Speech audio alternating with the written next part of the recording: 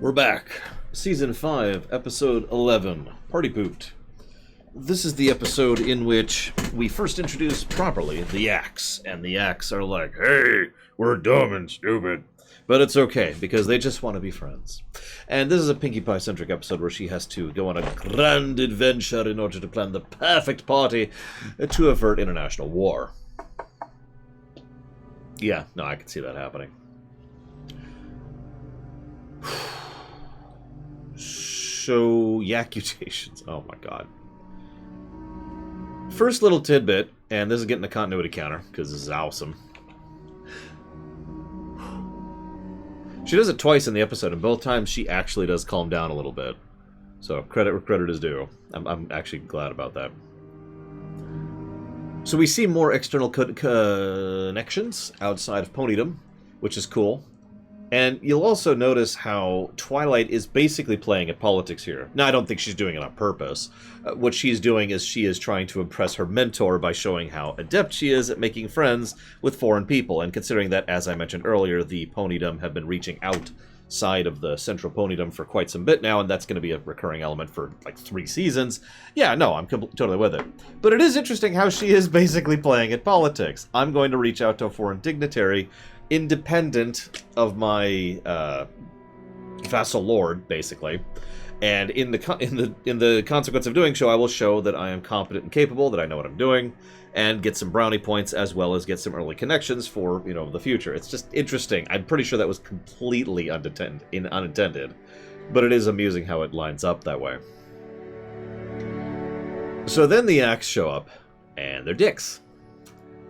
Let me go ahead and say that this is the biggest part of this episode that doesn't work for me.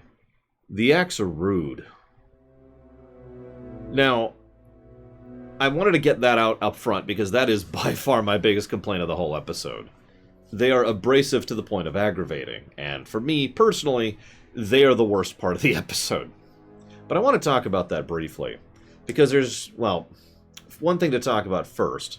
Oh yeah, this is totally... I think we'll give 1 Ponyville damage counter for this one, because this totally counts as a Ponyville damaged. Hang on, let's update the HUD, too. I always have that problem. I always forget to update the HUD. Because I have to do it independent. Like that. But yeah, so... It's like Dive shows up, and I'm like, hey, Dive. Dive's like, hello. Hey, Dive, I got you something. Cool. Wait, this isn't exactly correct. Smash, smash, smash, smash. And that's basically the Yaks. Here's the thing, though. I was actually thinking about this. Given that... how do I explain this? The Yaks are big and strong. Much bigger and much stronger than ponies are, right? So, duh. But in addendum to being so big and strong, they also have a thing where they... And we see this a little bit when we actually go to Yakistan later. They don't really have much delicate stuff lying around, right? What that means is, if a yak throws a temper tantrum, there's no real consequence for it, right? Let me use an example here. Let's say you've lived... I know, right, Linnea? Let's say you lived out in the country, which I've done a couple times in my life. Now, well, there's some exceptions to that. Yeah, exactly, Savakam. Imagine you're roaming around out on the field, and it's like, ah, god dang it, and you just smash the ground, or you punch the wall, or whatever. You can do that, because it doesn't matter. There's no real consequence for doing that, and if you... I'm using bad analogies, but the idea here is I feel like the Yaks normally do this kind of thing, and because it just doesn't really matter to them. It doesn't matter as much as it does to ponies. By contrast, the ponies have a very delicate setup. Everything is exactly where it needs to be, and it requires you to maneuver around carefully and, try not to disrupt anything, because even if you were to, like, I mean, my own real-life setup is like this because I have my computer equipment, my studio equipment, and, of course, my green screen and my lights and all that. If this came down here, which is a very minor thing, if just the green screen fell over, I would lose the lights, it might knock over the monitors, that would knock over all the stuff on the table, it might break that, it might shatter the glass, it would definitely disrupt the webcam, the mic. All of this stuff is a very delicate setup, because this is all delicate equipment, and I'm not going to be stampeding through here like a yak. And that's kind of how, the ponies are. The ponies tend to have the delicate setup. Now, to be clear, I still think they're dicks. it is still by far the worst part of this episode, in my opinion, is that the Yaks are just jackasses and constantly wrecking everything. There's a part where they try to destroy the freaking animals, for God's sakes. You remember that? Fluttershy's animals? Smee smash fake animals? I mean, come on. So, I get it. I do.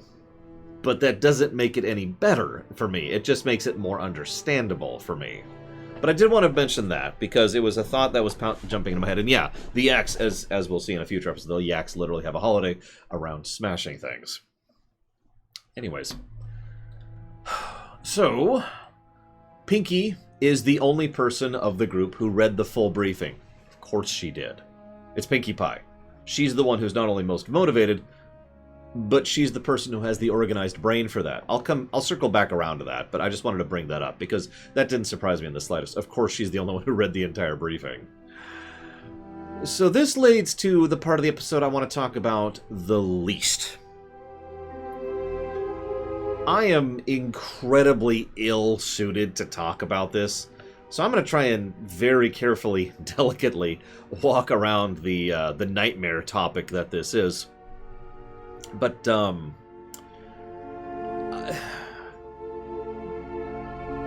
this is about cultural, and not a cultural appropriation, that's a step further than this. This is about cultural problems. I think it's the simplest way to put that. I legitimately don't actually know what's best here. Because, would it be, like, let's say you have a different culture from someone else. Pretty easy to understand. You do. Now let's say that you go to that person and they try to emulate your culture as a way to welcome you. Is that a good thing? Or a bad thing? Is that like a compliment that they're trying to make you feel welcome, or an insult that they're failing at emulating who and what you are, right? And in real life cultures, I have heard both sides of this. Both resultants, both consequences of that. Now, I bring this up because the overall theme of the episode seems to be that the Yaks are pissed off that they're trying to, emulate Yak culture and failing, and so they get more and more and more and more pissed off as time goes on. Now, that's nonsensical to me from a personal perspective, but from a detached intellectual perspective, I could see how it would be irritating. You know what? As I was in the middle of that sentence, I thought of a way that I myself have been pissed off by that exact same thing. Big Bang Theory. You ever heard of that show? Big Bang Theory is not how geeks are. That's not... No. Now, we could argue that... Now, I'm not saying whether the show is good or bad. I don't like the show personally, but I'm not saying whether it's good or bad. My point is, what irritates me is I have known plenty of people who point to that show and say, that's what geekdom is. I've had people come to me, personally, people who know me, and say, oh yeah, you're gonna... and they reference something from that show. And I just stare at them like, what? And then they say, oh, it's from the show. It's from Big Bang Theory. That's not how I am. That's not how we are. I'm sure there's individuals like that, but that's... So there you go. I now have a personal example of having my culture, geek culture, being misrepresented, and it pissing me off. Now, the catch there is I'm not sure if they were doing that on purpose, or if that, if that was a welcoming thing, because the intent does matter for me. But there you go. I at least have an understanding now. So I suppose I could see both sides of it. But I have to admit, and I hate to talk about this early, I don't really get what the message, theme, point of this episode is. Oh, don't mistake me. There's some really good Pinky stuff here. There is, and I actually really like some of the Pinky stuff. But I'm not really sure what the core message of the episode is. I'm not even sure what the intended message of the show is. Is it you should try to emulate other people's cultures? Is it you shouldn't bend over backwards to please a friend? So I agree with that one. This feels like a filler episode, if I'm being honest. It's not, because we do get some good character development here, and that's why I'm willing to do a lot of stuff here. But this episode feels really strange, and the intended Aesop is something I can't even put a finger on. personally. And I wanted to talk about that now because it's so connected to what I just talked about. Oh, this isn't our thing. This is Big Bang Theory. Ah, smash, smash, smash. Right?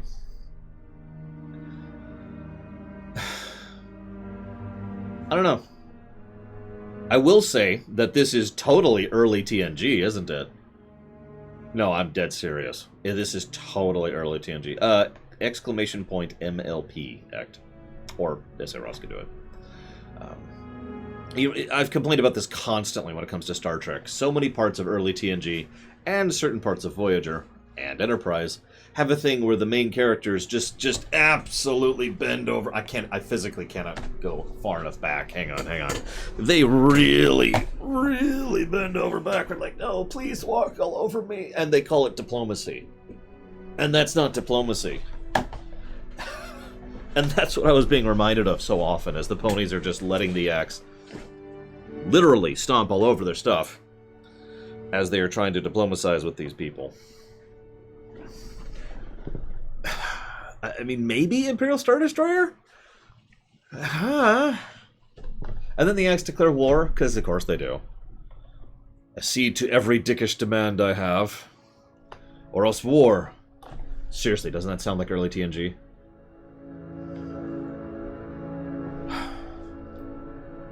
I don't know.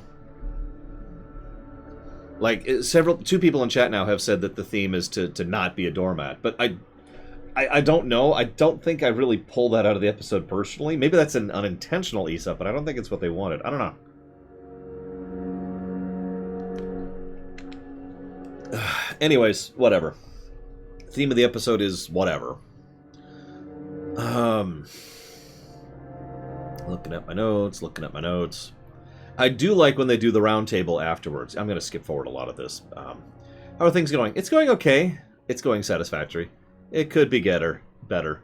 It's not very good.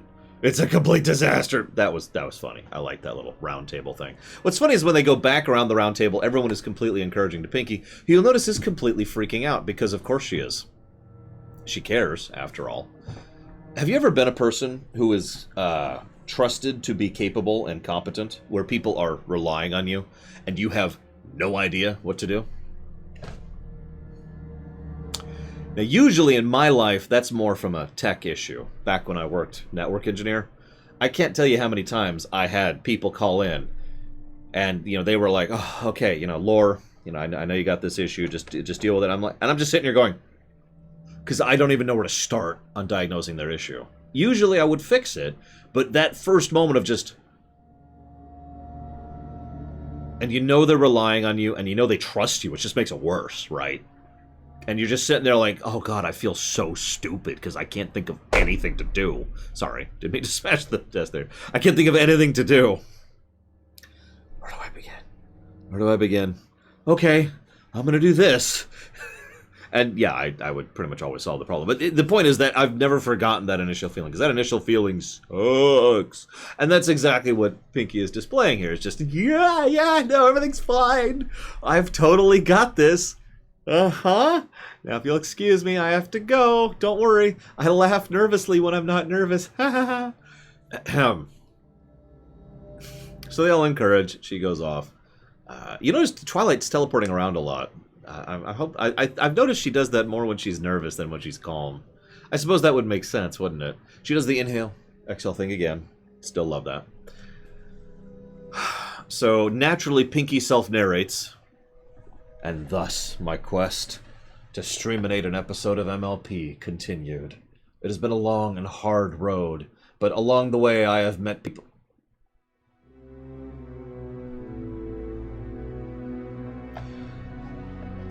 I will freely admit that I self-narrate sometimes. I try not to, but I do.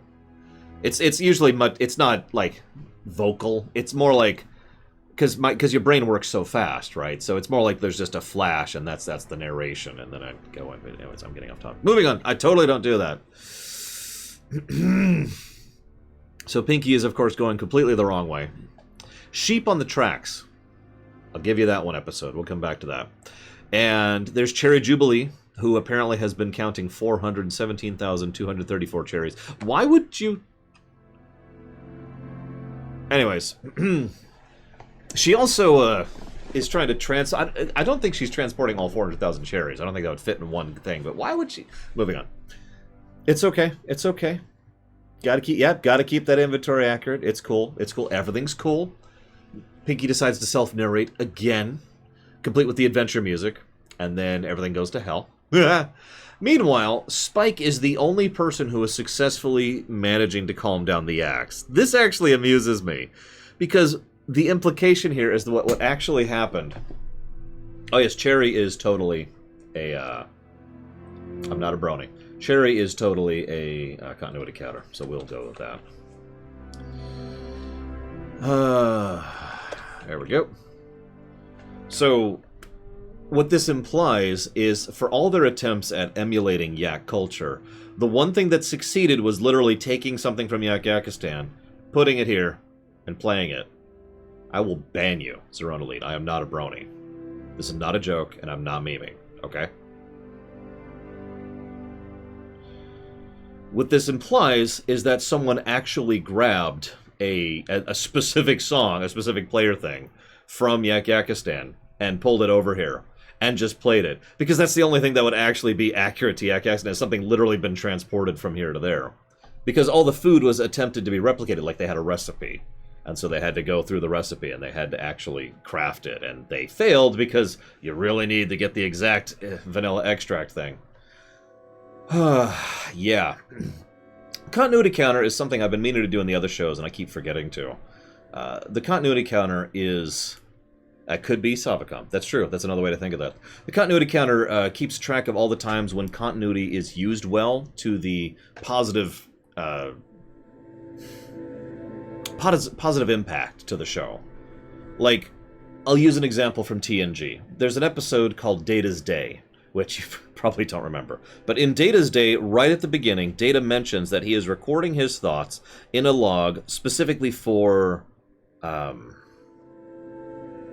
I can't think of his name. He's also in Picard.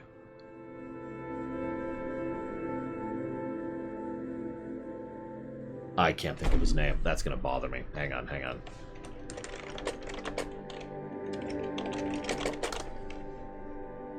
Bruce Maddox. He mentioned... I figured it out before I got there. He mentions that he is recording a log for Bruce Maddox. Now, it's just a little line.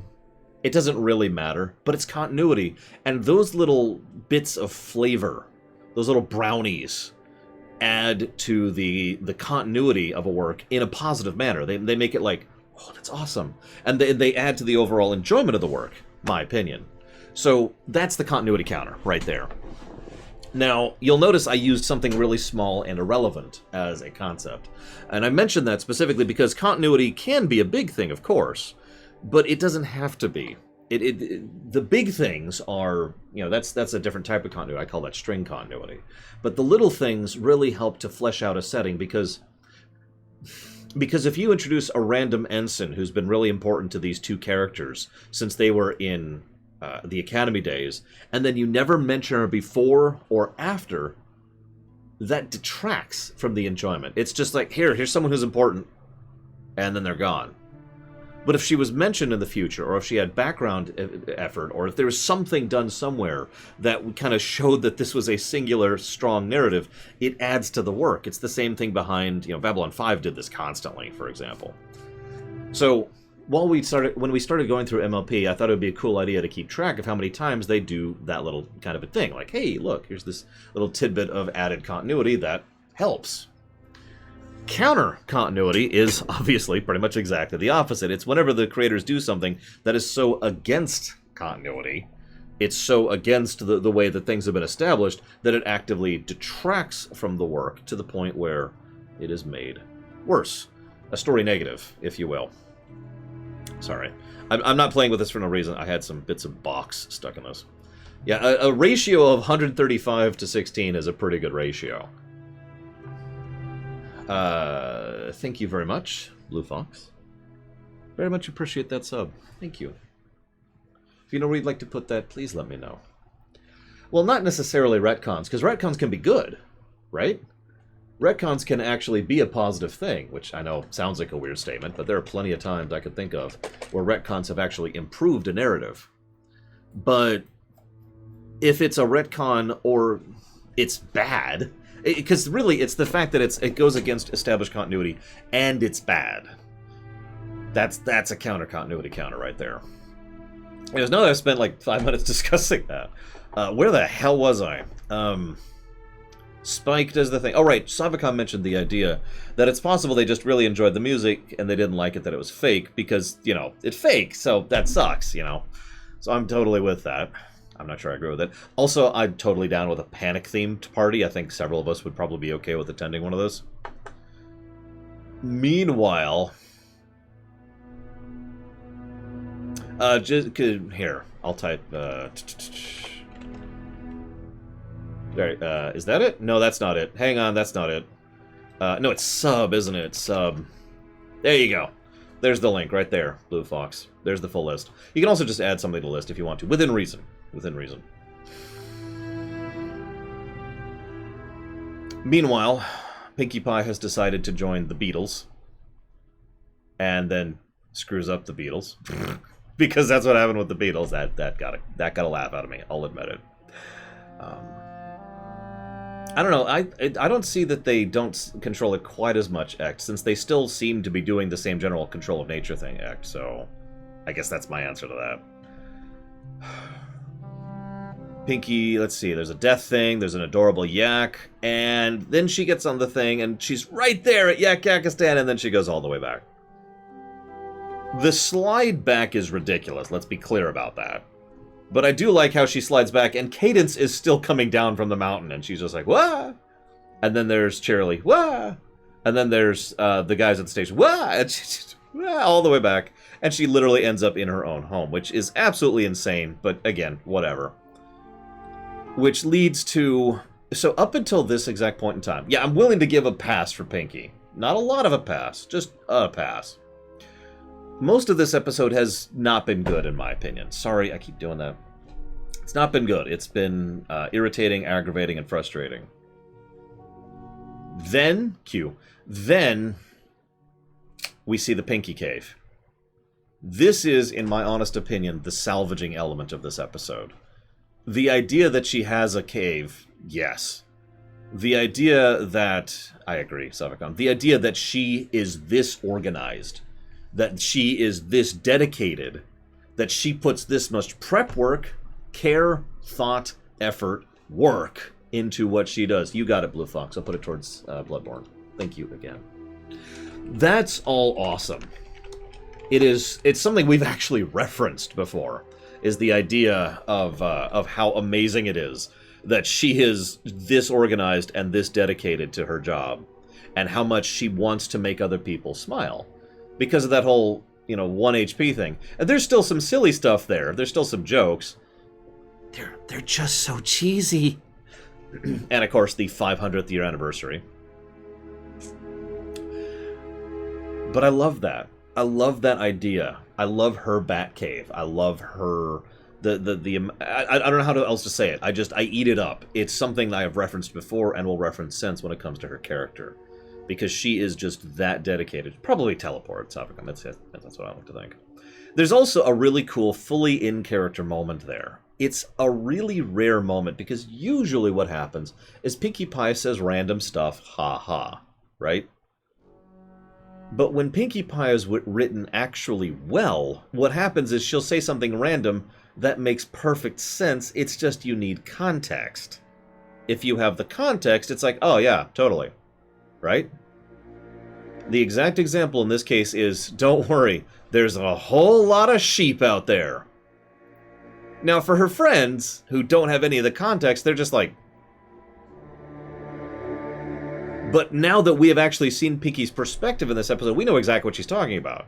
Because they already established that the sheep earlier were blocking the train.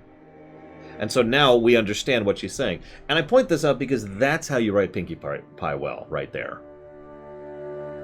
I'm just saying. Oh yeah, I also like how Twilight was kind of like, no, nobody's more organized than me.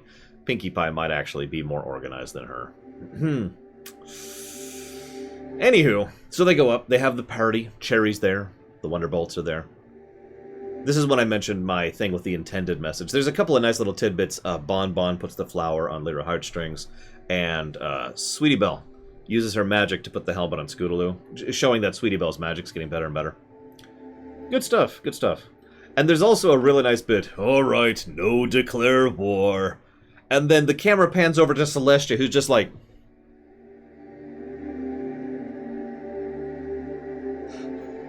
Okay, I'm glad that you're not declaring war on me. Twilight, we have some talking to do. She doesn't say any of that, but you can see it all over her expression as the camera pans over to her. Anyways. And then the episode ends on a wah-wah. We do need to actually put a wah-wah counter up, unfortunately. Wah-wah. Big wah-wah there. But that is the episode, which means reviewing it.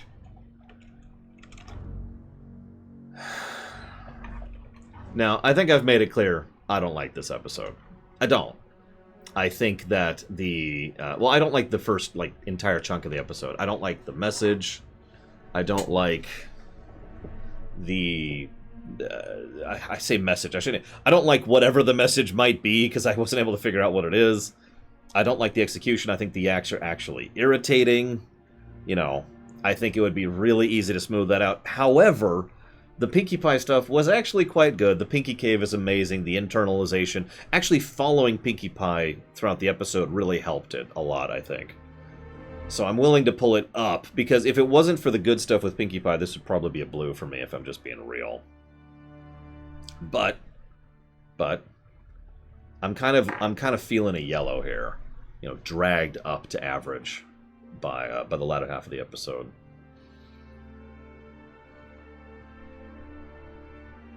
That's true, this is not the last time we'll see the Pinkie Cave, or whatever she calls it. I'm seeing some consensus. By Nick Confalone. No idea who that is, he's new. He hasn't done anything before. Jim Miller, he did the worst episode so far, Princess Spike. And Jason Thiessen, he's done the worst episode so far, Princess Spike. Yeah, I was going to say, I only remember one other Yak episode total. And I didn't care for that one either. That was the one. That's the one where Pinkie goes up and tries to help them, and they insist that they'd rather starve than help, and so she helps, and then they're like, "Oh, thank you for helping without telling us you were helping. You understand how we're stubborn jackasses, and therefore we're happy about that." What? But we'll get there. The next episode we'll be covering in just about 25 minutes here is Season 5, Episode 12, Amending Fences, which is, for all intents and purposes, the last M.A. Larson episode. There is one other episode that is based on his script. That would be the episode Fame and Misfortune, which is actually accredited to him as a consequence of that. But Amending Fences is M.A. Larson's final episode in every way that matters. So, we will see what we think of that in about 25 minutes.